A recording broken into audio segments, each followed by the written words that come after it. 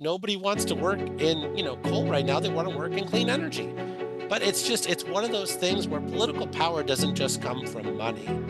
It comes from people recognizing that there's a level of pride that we need to have in our industry, and that pride spills into like having a float in the parade that's clean energy related, like going to the county fair and having a booth there at the county fair that's clean energy related, right? All of those things require an investment of time, right? And we need to keep investing that time and 10x it. Are you speeding the energy transition? Here at the Clean Power Hour, our host Tim Montague bring you the best in solar, batteries, and clean technologies every week. Want to go deeper into decarbonization? We do too. We're here to help you understand and command the commercial, residential, and utility solar, wind, and storage industries. So let's get to it. Together we can speed the energy transition. The Clean Power Hour is brought to you by CPS America, maker of North America's #1 three-phase string inverter, with over 10 gigawatts shipped in the U.S. The CPS product lineup includes string inverters ranging from 25 kW to 350 kW. Their flagship inverter, the CPS 350 kW, is designed to work with solar plants ranging from 2 megawatts to 2 gigawatts. CPS is the world's most bankable inverter brand and is America's #1 choice for solar plants, now offering solutions for commercial, utility, ESS, and balance of system requirements. Go to chintpowersystems.com or call 855-584-7168 to find out more.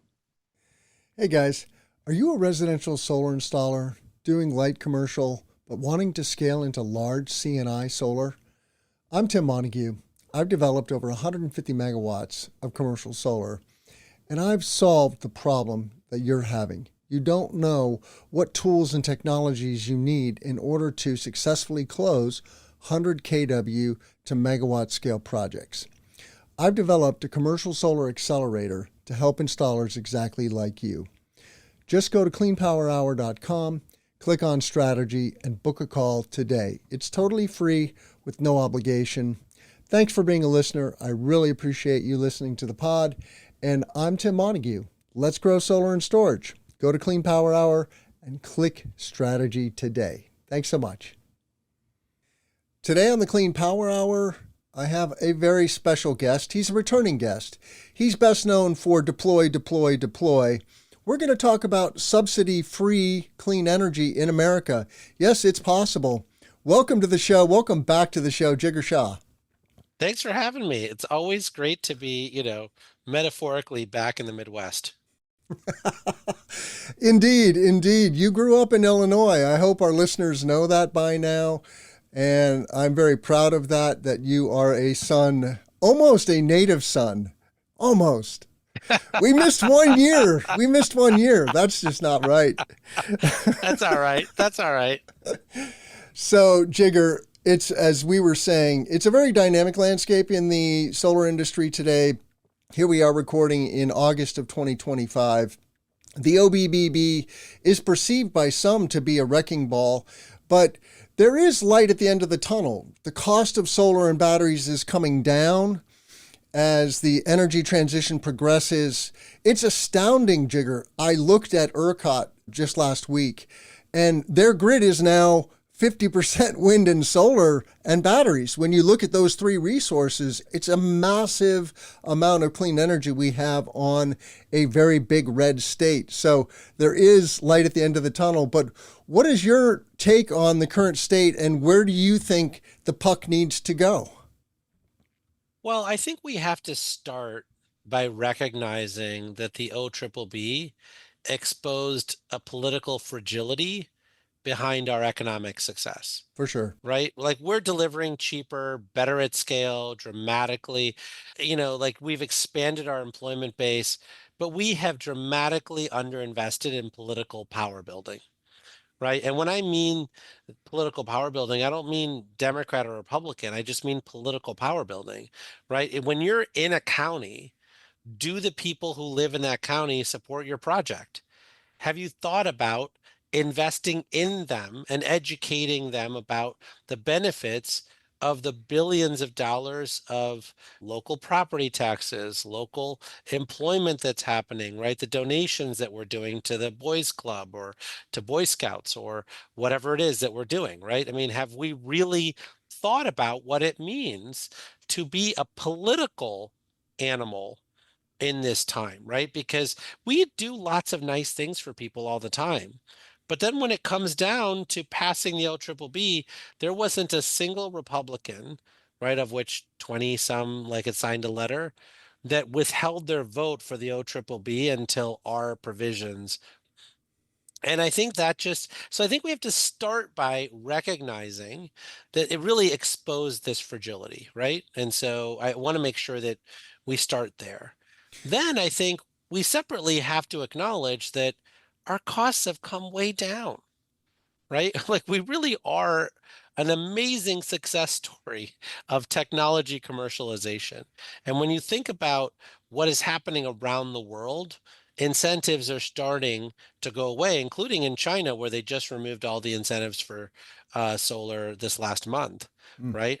And so we're in a place now where we have to transition. Now, I wish we would have done this more thoughtfully and less cruelly, but I think that we do need to transition now to a period of time where our resources are properly valued by the system and, not having to depend on subsidies. Well, let's talk a little bit about the IRA because I lauded the IRA as good industrial policy. It did incentivize the onshoring and reshoring of factories. We now have nearly 50 gigawatts of solar panel manufacturing going on in the United States. I think largely thanks to the IRA. Now, simultaneously, when the IRA gets scaled back, we see factories disappearing off the roadmap, right? There's as many factories leaving as there are coming, it seems like right now, which is a problem for a variety of reasons, which we'll get into. But what was the flaw as you see it with the IRA? Remember, the OBBB left in place the vast majority of the IRA. Right. And so I don't know that there was any flaws in the IRA, right? We talk about bluster, and I love the fact that Donald Trump gets, to sort of like set the agenda within the media. But all of the 45X incentive programs were left in place, right? So, and the same thing is true for a lot of the 48E incentives for, nuclear and geothermal and hydro and Yeah. batteries, right? So the vast majority of the IRA was an enormous success story, right? So I think like it's amazing how narratives sort of get reworked in real time. I think that, when you think about domestic manufacturing, this was something that was started with a conversation around tariffs in 2012 under Obama. Obama then doubled down on those tariffs in 2015. Trump then supercharged those tariffs during his first term. Biden made quite clear that Buy America was his like main mantra, right? And domestic supply chains. We passed 45 acts, which then led to Q Cells building their huge facility in Dalton, Georgia, and Helene and all these other companies have done this. And to your point, we got a lot of module manufacturing that got installed in the United States, such that by the end of next year, almost 80% of all modules used in the United States will have been finally assembled here in the United States, right? And so Mm. I think that's a huge success story. And I don't know what you meant by as many people leaving as coming, but those I think are just announcements, right? The people who've put steel in the ground, which has already happened, I think are changing hands. Like, so some of the Chinese investors in those plants have sold to American owners to change the color of those manufacturing facilities. But I think that the main thing that I see is that a lot of the solar industry is still not committed to these domestic supply chains. So when you ask them, are you signing long-term contracts to buy modules or inverters or other major equipment from domestic sources? They're saying, we're taking it day by day. That's not a clear signal to the people that are manufacturing here that you support them.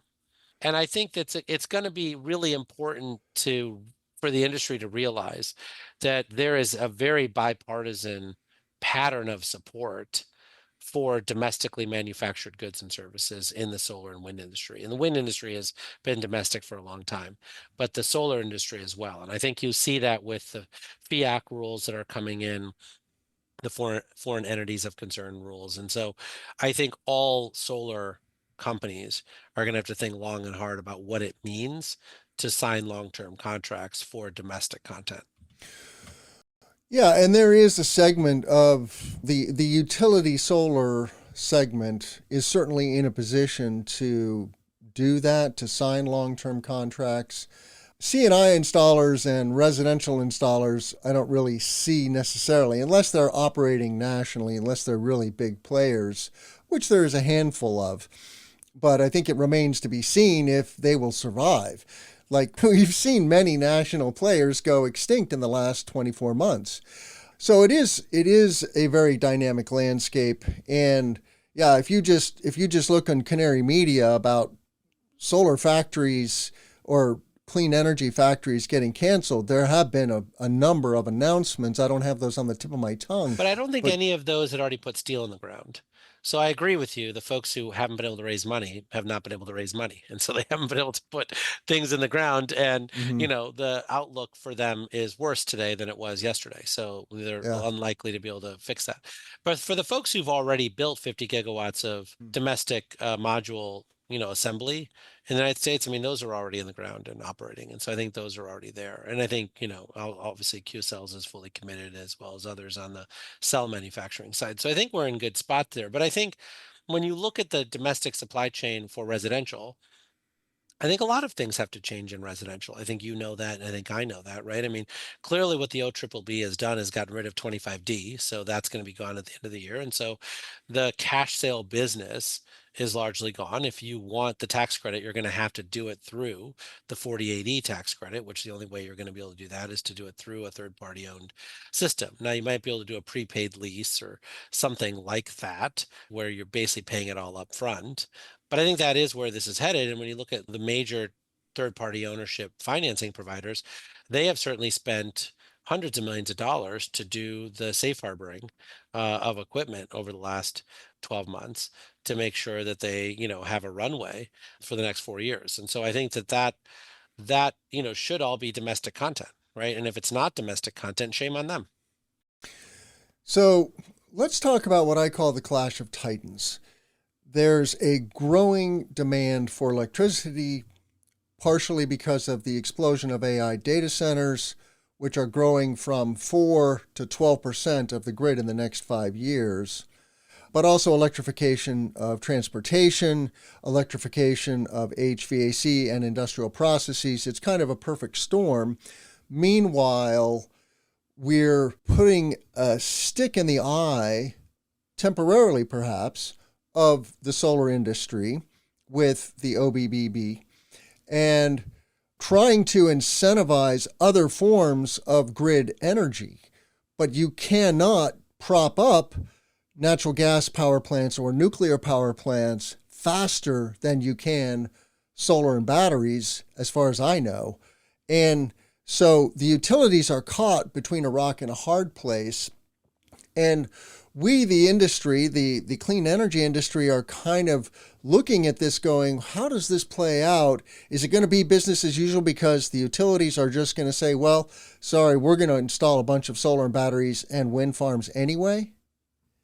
Yeah, I think, look, you and I are business people, and so we have to make business decisions, right? And so I appreciate the feeling that the industry has today, but I think let's look at the hard facts in front of us, right? When you look at the guidance that came out on Friday, it was far less draconian than people thought it would be. And so I think today we believe that 85% of everything added to the grid for the next 3 years will most certainly be solar, wind, and battery storage for sure. And so that is what's going to power this AI revolution, regardless of the talking points. You can talk about natural gas, you can talk about nuclear, you can talk about geothermal. Like, they're limited in what they can provide 10 gigawatts here, 10 gigawatts there. When you think about the 60 gigawatts a year that we're going to add, it's mostly going to be solar, wind, and battery storage, right? So let's just start there. Now we go back to the fact that this was a political wake-up call, right? So are we going to do the same thing that we did the last 6 months, which is give, money to people's campaigns and do random, like fly-ins into DC to like talk to state legislators? Or are we going to actually do the real work of building political power over the next 18 months? Right? Are we going to go into the communities that we serve today and actually remind them that we're there? Remind them that we provide political support, we financial support, that we actually care about these communities. Are we going to actually create a community trust, right? Where we say, for the next 20 years, we are going to keep investing in this community. Now that we have permission to build here, we're not going to immediately forget about you. We're actually going to invest in you, right? If that occurs, then in 2026, after the midterm elections, you could imagine a lot of things getting fixed and a lot of things getting improved going into 2027 and 2028, right? But if we don't invest in that, then we'll see where our political power stands. But today, it's very low, right? And so we need to focus on what it takes to remind people that we are an industry that's not red or blue, but red, white, and blue, right? That we are the people who are trying to bring enough power onto the grid to make sure that we unlock all this economic development opportunity that our country has. We want to win AI. We want to win the electrification of the transportation sector.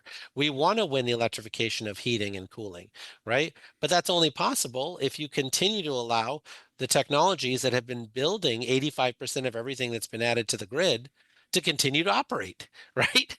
And so I think that, I think people have to get their head out of the sand and understand that we are now in the crosshairs, right? This notion that we can live under the radar screen and make some small tweaks at the end of the process to protect ourselves is not how this works anymore. You're not going to be allowed to invest $500 billion a year as an industry and invest almost $0 in political power, right? We spend 1/20th the amount of money as the oil and gas industry do on political power, but invest double the amount of capex that they do every year. So I hope that this is a wake-up call for everybody. On the other side of things, the electric utility industry is in trouble. They do not know how to meet this moment with the tools that they had from the 1970s that they're trying to use today. So they need to invest in virtual power plants. They need to invest in, grid enhancing technologies, right? When you look at this distributed capacity procurement that Xcel Minnesota has launched in Minnesota, it is a game changer. And you have 10 other utilities now trying to copy it, saying, oh, instead of giving people a 3-year interconnection timeline for their new load, we can interconnect them in 6 months if they agree to flexibility and the utility agrees to a distributed capacity procurement where they strategically place batteries in the right spots to shave the peaks. And, the Department of Energy showed through the VPP liftoff report that we could easily be shifting 20% of our peak load by 2030. Guess who is the best positioned industry to make the most amount of money off of this trend? The solar industry. But how much of RE plus is going to be focused on this topic? 5% of RE plus? 1% of RE plus? It should be 50% of RE plus. A couple things I'd like to dig into there. That's a lot to unpack. Don't get me started, Tim. I'm just getting wound up. I love it. I love it. Political power and the statistic that we're investing significantly more CapEx, but not putting an equal percent into political power is very troubling to me. Okay.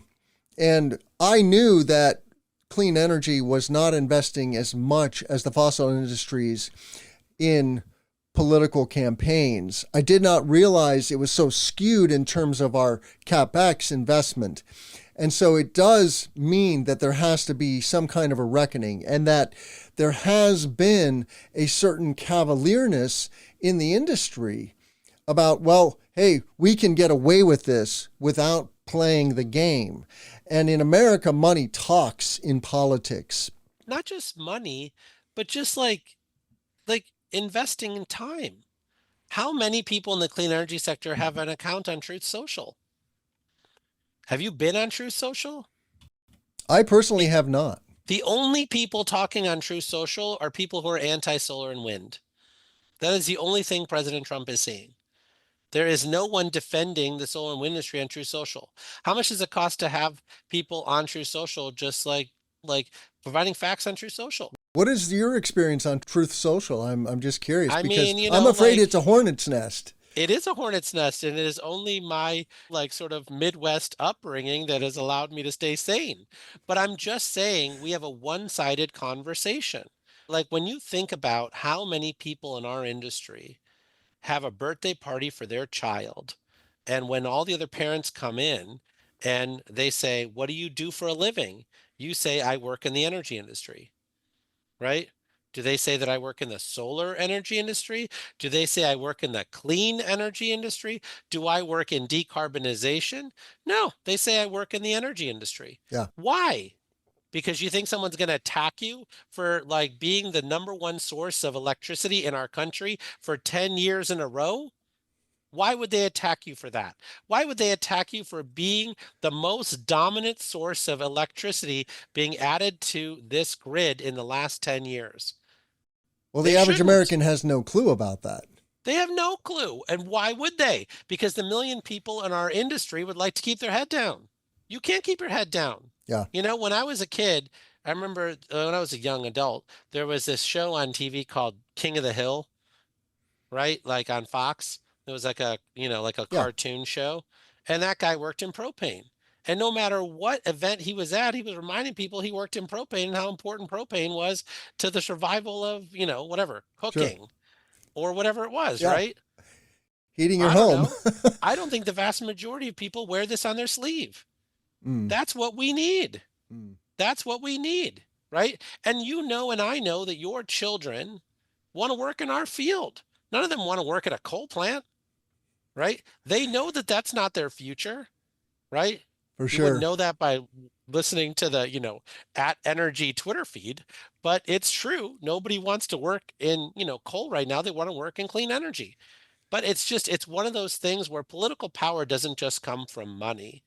It comes from people recognizing that there is a level of pride that we need to have in our industry, and that pride spills into having a float in the parade that's clean energy related, like going to the county fair and having a booth there at the county fair that's clean energy related, right? All of those things require an investment of time, right? And we need to keep investing that time and 10x it. I wholeheartedly agree. And a quick aside, my son does work in the solar industry. Shout out to Finn Montague and Windfree Solar. He's a project manager for a resi and commercial installer based in Chicago. And my grandpa Murphy ran the Black Diamond, which is a coal industry trade publication. Illinois is a coal state historically. We still have mine mouth coal plants that are digging coal out of the ground and burning it and generating grid power. We also have a lot of wind. With the highest emissions in the country. Illinois has the highest sulfur coal in the country. We have a very dirty grid historically. Yeah. Yeah. It's changing. It's changing thanks to good policy.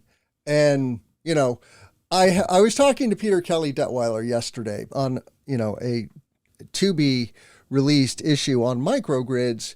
And he was talking about how this phenomenon of how people are woefully ignorant of where electricity comes from in America. And their electricity bill is going up. And it's going to go up a lot more because there is going to be a shortage of electricity in major markets like PJM and MISO. PJM is the largest ISO in the country, where Virginia is, and all these data centers are getting built. 70% of email traffic goes through Virginia. Who knew? But that means servers in data centers, right? And that means a lot of electricity. This infrastructure takes a lot of electricity. We want a clean, safe, reliable grid. Solar, wind, and batteries does that. But most people just don't understand the grid. It is something they see No, in the most people, background, but they don't I really agree with understand it. you. No, most people don't understand the grid. And they don't understand the fact that Illinois think their lucky stars has a ton of nuclear power. Right? And it's one of the reasons why they've been able to keep costs down in Illinois is because they have so many nukes that they saved. Right? In the FIJA compromise, we saved all the nuclear plants. Yep. Thank God. Because otherwise, like Illinois would be in a world of hurt right now. And so I think part of this is actually recognizing the complexity of the grid, the value that solar, wind, and battery storage play, but also the value that, the 20% of our grid that's nuclear plays. And, I hope we keep all of those nuclear plants online and build a few new nuclear plants. But one of the other things I'd say is if you look at the PJM, right, and if you look at the governor's race in both New Jersey and in Virginia, both of which are PJM states, right? You've got over 100 gigawatts of capacity in that region, right? And the capacity auctions, if you look at them, have, 10x last year and 2x this year. And so you're now in a place where, they're raising 20% on people's electricity bills every July to deal with these capacity auction increases. Do you know how many behind the meter batteries it would take to actually like dramatically reduce the cost of PJM capacity auctions?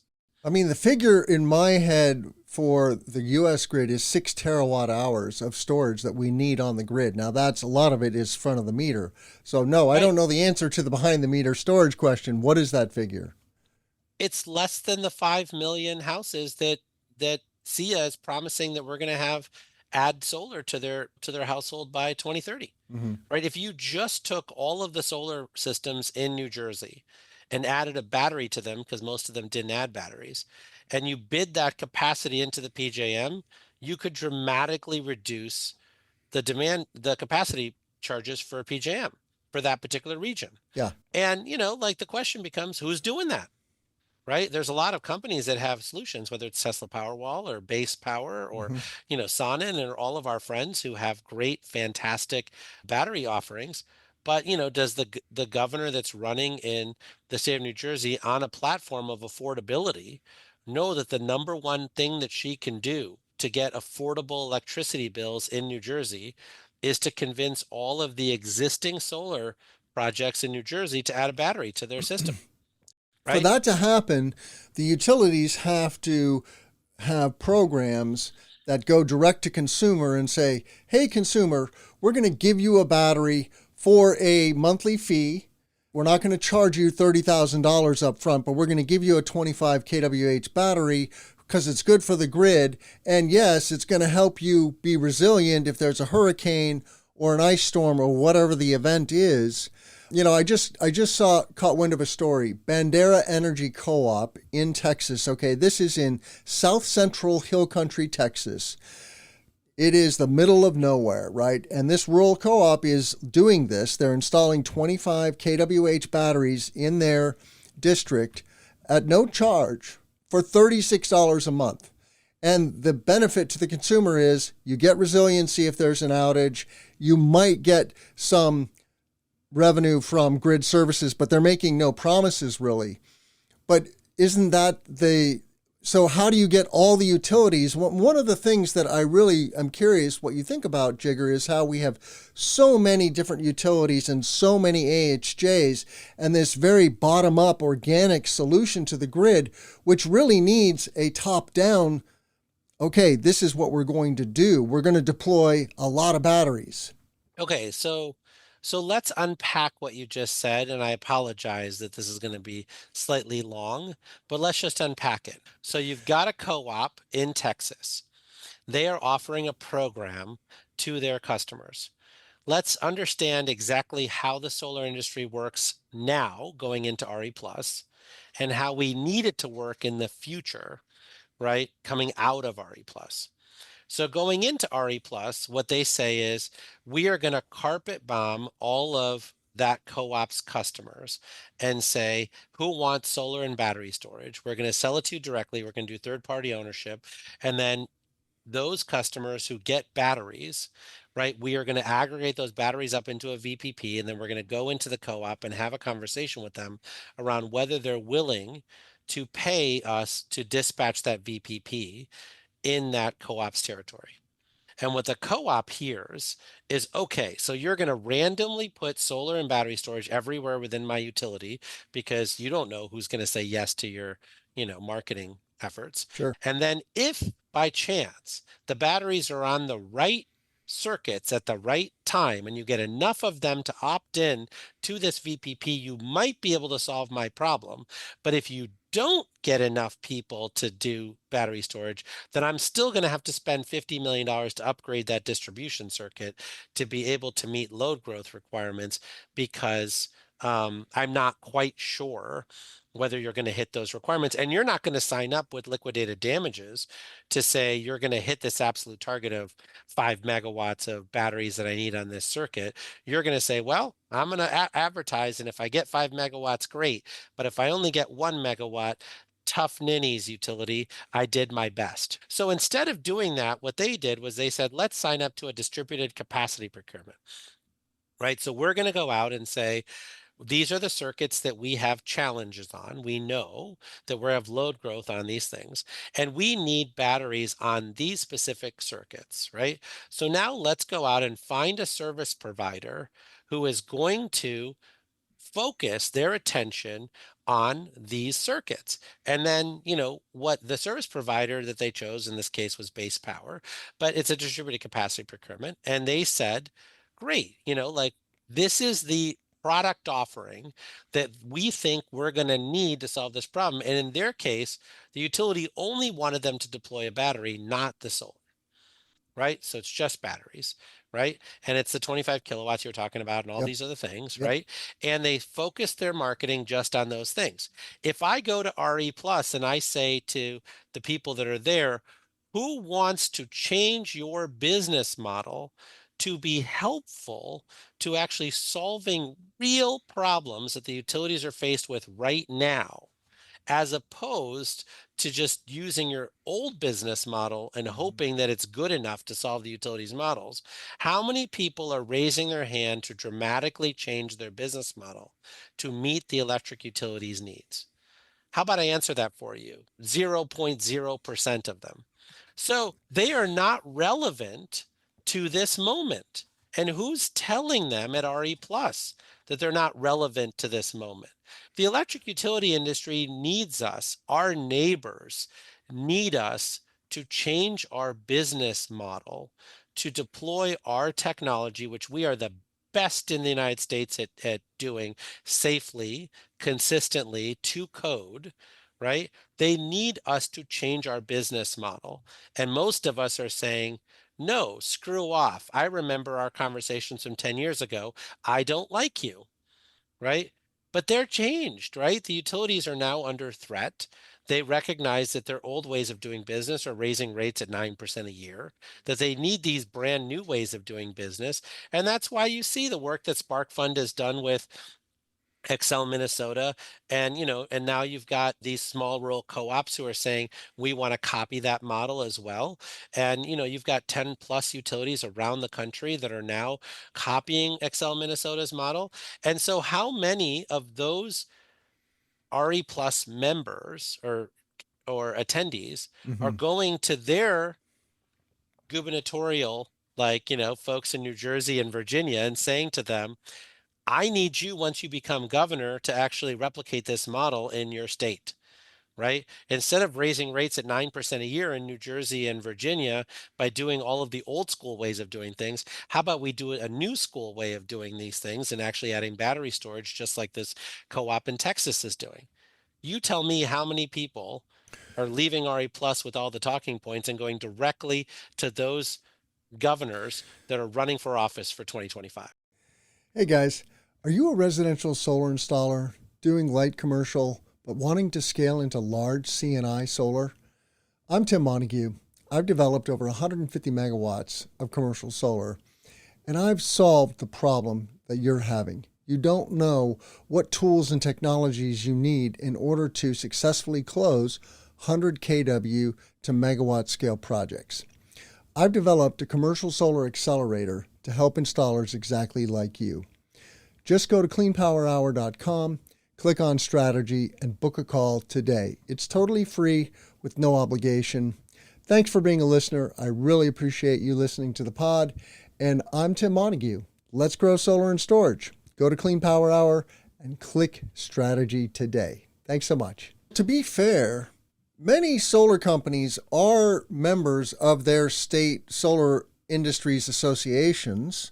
Here in Illinois, it's the Illinois Solar and Storage Association, which is doing active lobbying to create better legislation, working with the governor, working with the PUC, which is called the On Illinois the Commerce old business Commission. model that we discussed, which is randomly marketing to customers and randomly putting in batteries and hoping and praying that when they randomly installed them and aggregate the VPPs that they're relevant to ComEd, that's the model that you're talking about now? Well, I don't know that entrepreneurs are so resistant to change, Jigar.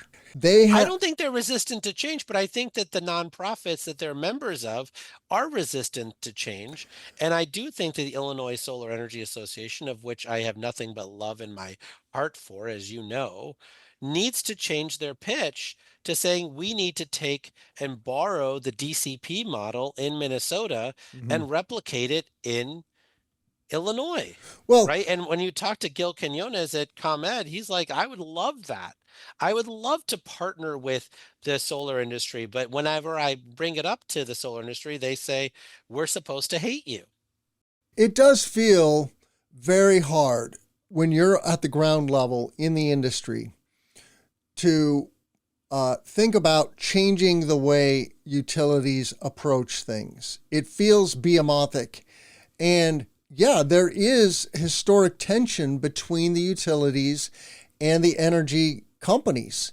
There just is, right? Listen to Barry Cinnamon's show, right? In Northern California, he's a residential and commercial installer. He's extraordinary. He's an OG. He is an OG, but he is pissed off at the utilities, like really pissed off. Yeah, because when we decided as an industry to say in California that we want to make sure that nothing changes, right? You and I both know, right? Let's not play games.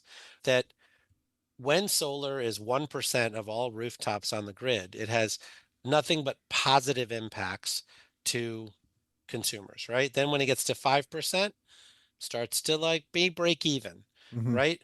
And then as it goes towards 10%, there needs to be a lot more consistent, coordinated planning that gets involved Mm-hmm. to make sure that we continue to provide benefits to our neighbors and are not shifting costs to our neighbors. Mm-hmm. And when you look at where NEM 1.0 and NEM 2.0 in California worked out, right? The argument was please leave things exactly the same.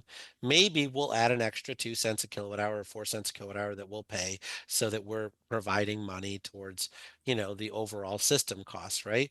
But we would like for you to not get involved in where the solar systems go, right? We would like for you to let us randomly sell customers across the state of California and hope and pray that they're in the right places at the right time to provide system level benefits. And the state of California said, no, if that's what you want to do, then we are going to prevent you from basically having an impact on the grid. And you're going to have to build a residential local microgrid and consume all that power locally. And if you do that, then we're going to pay you 35 cents a kilowatt hour for that power, right? Mm-hmm. Anything you export to the grid, you get paid 7 cents a kilowatt hour, right? Now, in response, what did the solar industry do? They said, please bring back what we had, right? Instead of saying, okay, message received. We are now a very large industry, and we would like to make sure that we use our political power in the legislature to demand that the utility share their data with us and work with us to tell us exactly which circuits we could add our solutions to that would provide the most cost relief to our non-solar neighbors, because we know that we're the best technology in the world. We know that we are the only thing that you can deploy fast to meet load growth. And so we would like for you to lean on us as an industry Mm-hmm. to meet the needs of the people of California, right? That is not what the solar industry said. Now, I did that, and I'm working with a bunch of people in California to do that. And they are slowly coming on side. And CalSA, frankly, has been an extraordinary partner. Mhm. So CalSA is doing a great job of working with us. But man almighty, has this change been difficult, right? But you and I both know that randomly doing stuff in random places is not how you provide system level benefits. That requires some planning. And the utilities are at fault, to be clear, because Mhm. they have not given us the data to actually know which circuits are most helpful, which is why this DCP model in Minnesota has been so much of a game changer, right? But I just think that when you think about what we're going to need to do as an industry, we have to be helpful. We have to be helpful to our neighbors in this moment of crisis. 1 in 6 households are now behind on their electricity bill in this country. That makes me sad. And that should make all of the people in our industry sad. And we are the only solution that I believe we can be deploying faster. And then with the Treasury guidance, they've given a pass to the sub 1.5 megawatt projects, right? So DG has never been more ascendant, but I want us to be helpful. Yeah, I mean, I am all ears that there is a model in the DCP, distributed capacity procurement model in Minnesota. If you think that's a model that can be replicated with other IOUs, investor owned utilities, and public power utilities, these are rural co ops and munis, it really is very troubling for solar professionals when they work in several jurisdictions and the rules are very different from jurisdiction to jurisdiction. That makes their life complicated. It increases the cost. It reduces the rate of installation. It just is a lot of friction in the system. So in our last couple minutes together, Jigar, how do you see creating a printing machine for the DCP model? What is the mechanism socially and politically for doing that? Well, I think we need to educate the people who we are trying to influence, right? And this goes back to the political power piece of this, right? You have active governor campaigns in both New Jersey and in Virginia, right? At a time when the increase in the capacity auction costs have made it onto the governor's race. We usually, nobody cares about us usually. But when rates are going up 20% because of this auction, Mm-hmm. the woman who is leading that race in New Jersey made it a point to talk about the fact that affordability is a problem, right? Now that gives us an opening to say, hey, we have been active in New Jersey since 2003 when Jigar built the very first third-party owned system that Sun Edison ever built was in New Jersey in Edgewater. We have been active in that space for over 20 years. And we want to be helpful. We want to help PSE&G. We want to help Atlantic City Power. We want to help the governor dramatically reduce electricity rates in New Jersey. And what does that look like? Right? Because what we've said in the past is your personal electricity rates are going up.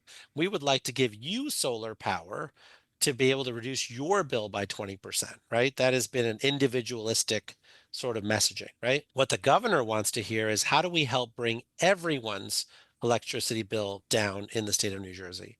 And that means that we have to use FERC Order 2222 to bid demand flexibility into the market to dramatically reduce the capacity auctions, right?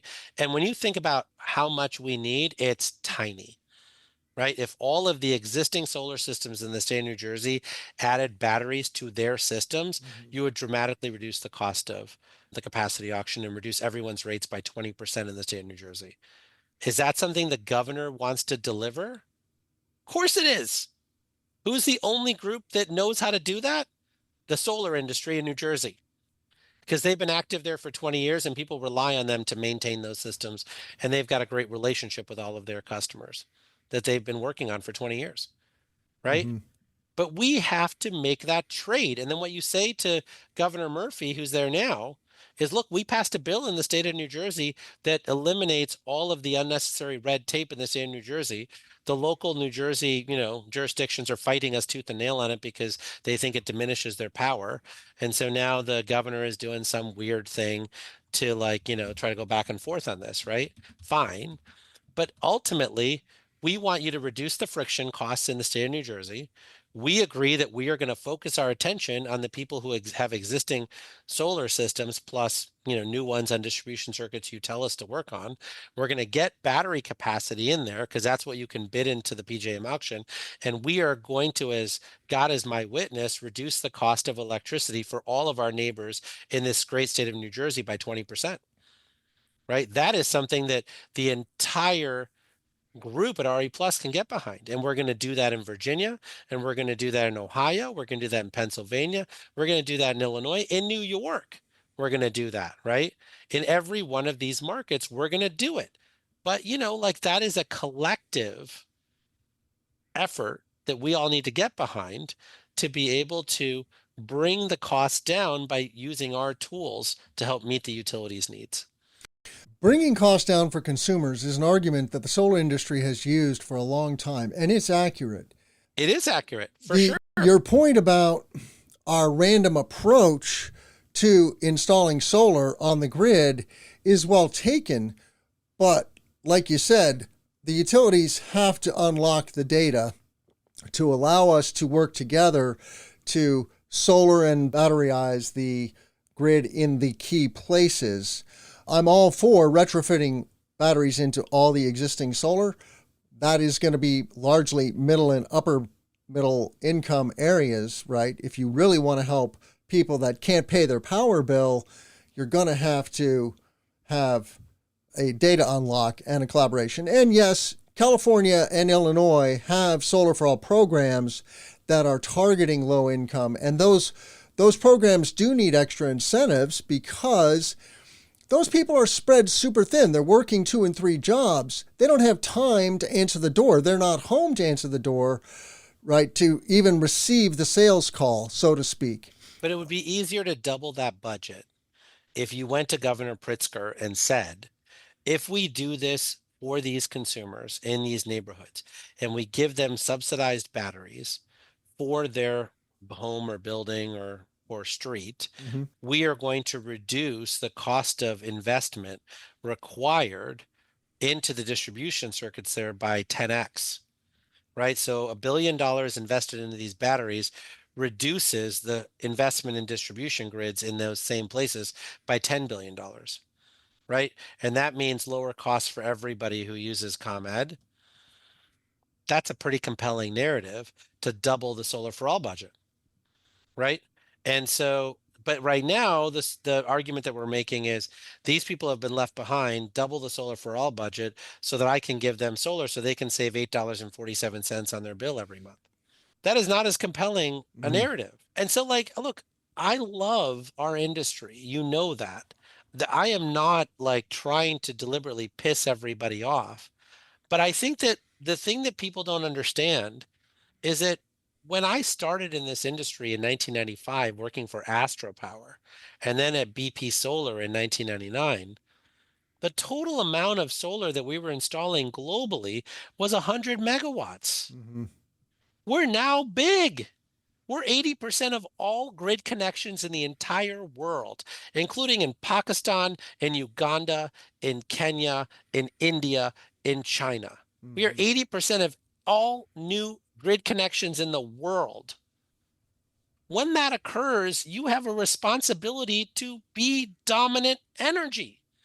When you're dominant, you are responsible for the whole goddamn system. You are not responsible just for commercializing your technology. We did that for 25 years. We're commercialized. Now we have to be helpful. And in so doing, we will build our political power so that in 2026, we are not going to get run over by a bus like happened in the last 6 months. Mhm. I just want people to recognize that you are part of something special, and that thing that we have created can do more.